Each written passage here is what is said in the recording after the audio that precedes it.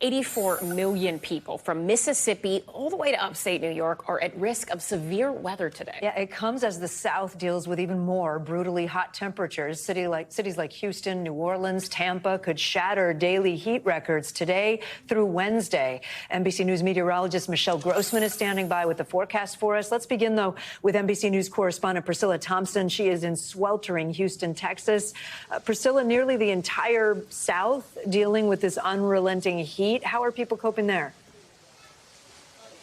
Yeah, we are up to about 98 degrees here right now, Kate, and lots of folks are looking for swimming pools like this one to try to get some relief. But even as the temperature has ticked up, the amount of people in the pool have decreased. The cool thing about this YMCA is that it's also a cooling center, so people can just sit inside and enjoy the free air conditioning, which is on a lot of folks' mind right now. We spoke to some folks about how they're dealing with this just intense, brutal heat. I want to play a little bit of what they had to say about it.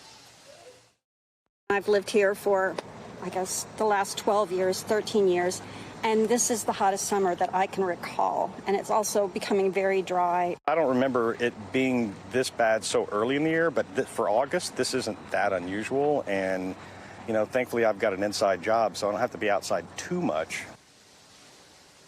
And while the South is being battered by the heat, other parts of the country are dealing with severe storms and flooding. We saw these dramatic videos coming out of Juneau, Alaska, houses literally collapsing into rivers. Officials saying that there were several houses that collapsed into the river, trees that were completely uprooted and washed away after the Mendenhall River there crested at a record 14.9 feet, nearly 3 feet higher than the previous record that had been set. The good news there, no reports of any deaths, but certainly a lot of structural damage that people are working to clean up today. Kate, Ellison? Yeah, real quick, Michelle Grossman, how long does this severe storm and heat threat last?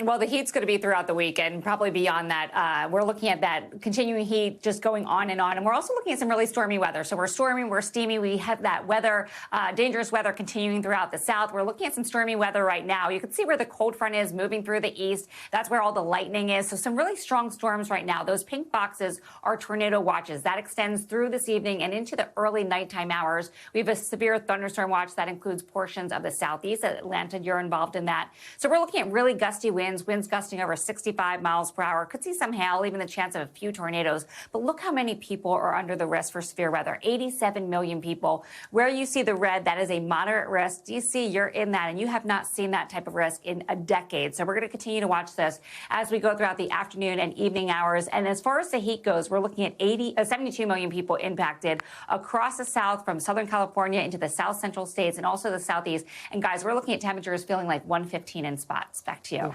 Michelle Grossman, Priscilla Thompson, lot to watch. Thank you. Thanks for watching our YouTube channel. Follow today's top stories and breaking news by downloading the NBC News app.